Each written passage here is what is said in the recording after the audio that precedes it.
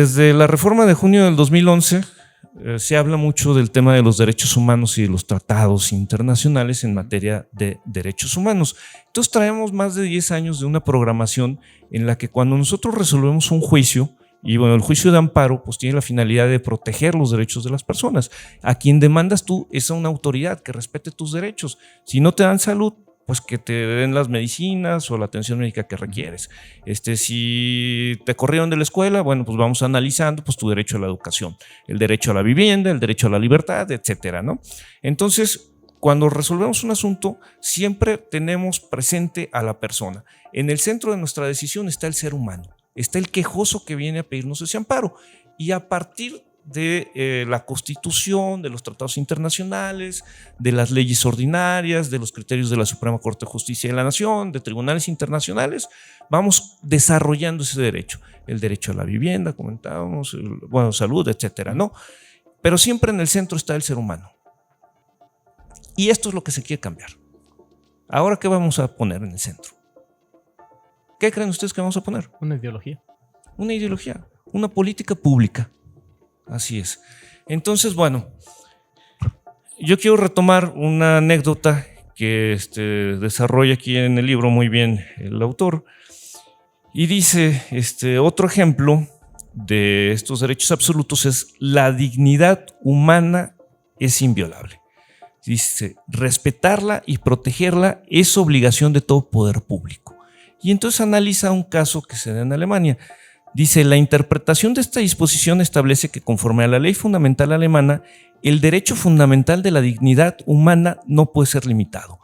Los jueces alemanes han sostenido que ni la necesidad de protección de otros derechos individuales ni el interés público general pueden justificar una restricción a tal derecho. Dice, como tal, el derecho a la dignidad humana en Alemania es absoluto. Y bueno, ya analiza el caso que les comentaba. Dice, la Corte Constitucional Alemana examinó la constitucionalidad de una ley relativa a la prevención de ataques terroristas como los que ocurrieron el 11 de septiembre de 2001 en Estados Unidos. Esta ley permitía a una agencia del Estado emitir una orden de interceptar y derribar un avión civil de pasajeros bajo la condición de que se hiciera patente que había sido secuestrado por terroristas y que estaba a punto de chocar en algún lugar con el objeto de causar daño a terceros. Dice, es importante señalar que la ley permitía el derribo del avión aun cuando no se hubiese conocido tangiblemente el hecho de que pasajeros inocentes hubieran sido secuestrados. La Corte sostuvo que esta ley es inconstitucional en tanto limita el derecho de los rehenes inocentes a la dignidad humana.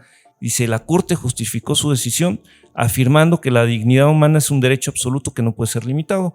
Entre otras cosas, la naturaleza absoluta del derecho determina que los seres humanos no deben ser jamás tratados como meros medios para la obtención del fin relativo a la protección de otros seres humanos. La ley en cuestión violaba la dignidad de los seres humanos, que eran tomados como rehenes, en tanto que los convertía en escudos humanos para salvar a otras personas inocentes.